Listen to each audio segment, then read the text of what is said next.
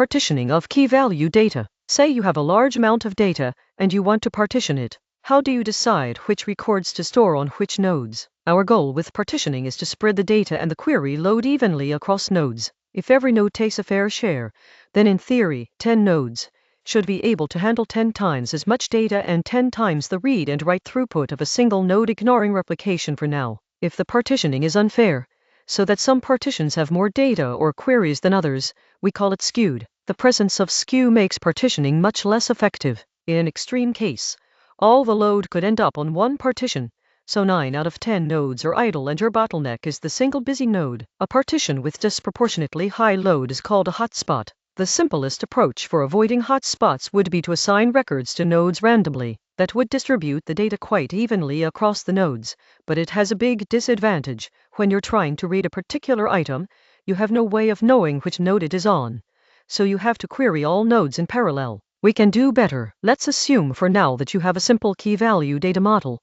in which you always access a record by its primary key. For example, in an old-fashioned paper encyclopedia, you look up an entry by its title. Since all the entries are alphabetically sorted by title, you can quickly find the one you're looking for. Partitioning by key range. One way of partitioning is to assign a continuous range of keys from some minimum to some maximum to each partition, like the volumes of a paper encyclopedia, figure 6-2. If you know the boundaries between the ranges, you can easily determine which partition contains a given key. If you also know which partition is assigned to which node, then you can make your request directly to the appropriate node, or, in the case of the encyclopedia, pick the correct book off the shelf. Figure 6-2. A print encyclopedia is partitioned by key range. The ranges of keys are not necessarily evenly spaced, because your data may not be evenly distributed. For example, in Figure 6-2, Volume 1 contains words starting with A and B, but Volume 12 contains words starting with T, U, V, X, Y, and Z. Simply having one volume per 2 letters of the alphabet would lead to some volumes being much bigger than others. In order to distribute the data evenly, the partition boundaries need to adapt to the data. The partition boundaries might be chosen manually by an administrator, or the database can choose them automatically. We will discuss choices of partition boundaries in more detail in Rebalancing Partitions on page 209. This partitioning strategy is used by Bigtable, its open source equivalent HBase, RethinkDB, and MongoDB before version 2.4. Within each partition, we can keep keys in sorted order CSS tables and LSM trees on page 76.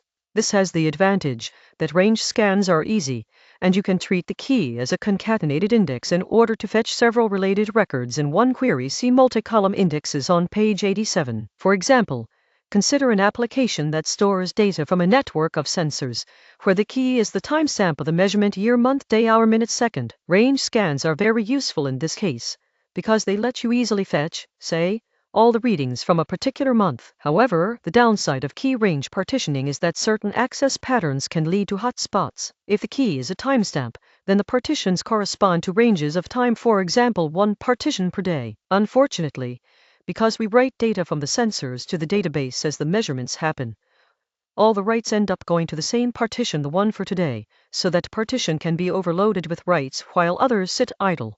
To avoid this problem in the sensor database, you need to use something other than the timestamp as the first element of the key. For example, you could prefix each timestamp with the sensor name so that the partitioning is first by sensor name and then by time. Assuming you have many sensors active at the same time, the write load will end up more evenly spread across the partitions. Now, when you want to fetch the values of multiple sensors within a time range, you need to perform a separate range query for each sensor name. Partitioning by hash of key. Because of this risk of skew and hotspots, many distributed data stores use a hash function to determine the partition for a given key. A good hash function takes skewed data and makes it uniformly distributed. Say you have a 32-bit hash function that takes a string. Whenever you give it a new string, it returns a seemingly random number between 0 and 232-1. Even if the input strings are very similar, their hashes are evenly distributed across that range of numbers. For partitioning purposes, the hash function need not be cryptographically strong.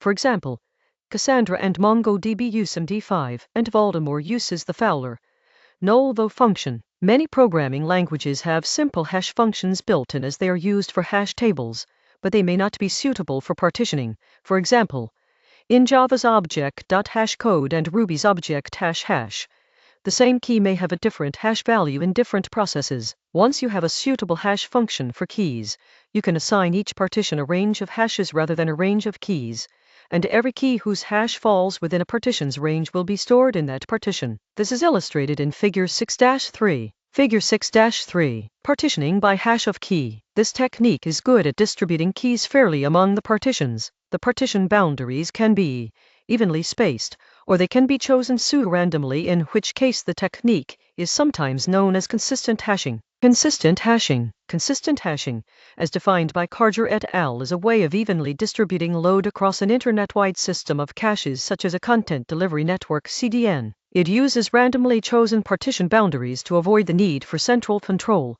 or distributed consensus. Note that consistent here has nothing to do with replica consistency, see Chapter 5, or ACID consistency, see Chapter 7, but rather describes a particular approach to rebalancing. As we shall see in Rebalancing Partitions on page 209, this particular approach actually doesn't work very well for databases, so it is rarely used in practice. The documentation of some databases still refers to consistent hashing, but it is often inaccurate. Because this is so confusing, it's best to avoid the term consistent hashing and just call it hash partitioning instead. Unfortunately, however, by using the hash of the key for partitioning, we lose a nice property of key range partitioning, the ability to do efficient range queries. Keys that were once adjacent are now scattered across all the partitions, so their sort order is lost. In MongoDB, if you have enabled hash-based sharding mode, any range query has to be sent to all partitions. Range queries on the primary key are not supported by Riak, Couchbase, or Voldemort. Cassandra achieves a compromise between the two partitioning strategies.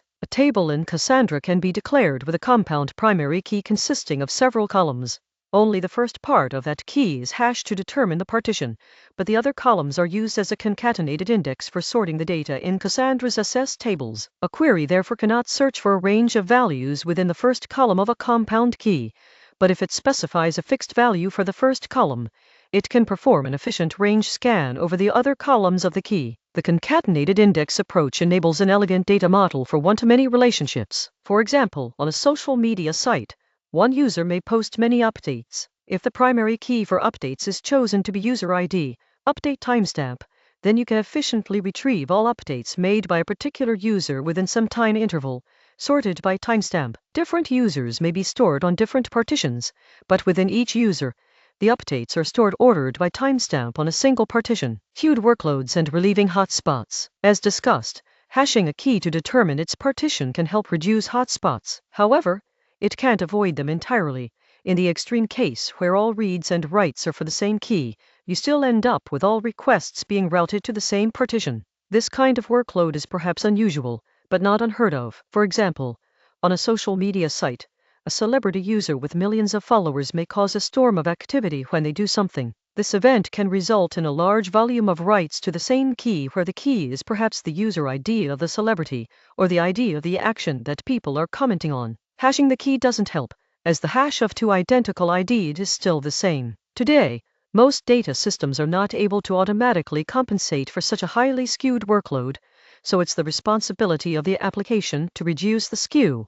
For example, if one key is known to be very hot, a simple technique is to add a random number to the beginning or end of the key. Just a 2-digit decimal random number would split the writes to the key evenly across 100 different keys, allowing those keys to be distributed to different partitions. However, having split the writes across different keys, any reads now have to do additional work, as they have to read the data from all 100 keys and combine it. This technique also requires additional bookkeeping. It only makes sense to append the random number for the small number of hot keys.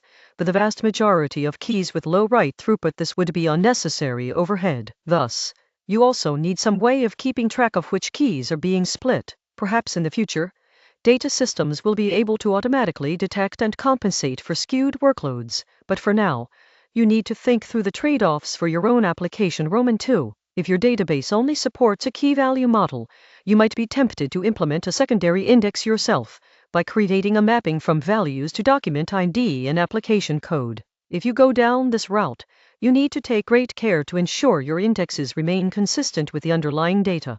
Race conditions and intermittent write failures where some changes were saved, but others can very easily cause the data to go out of sync. See the need for multi-object transactions on page 231.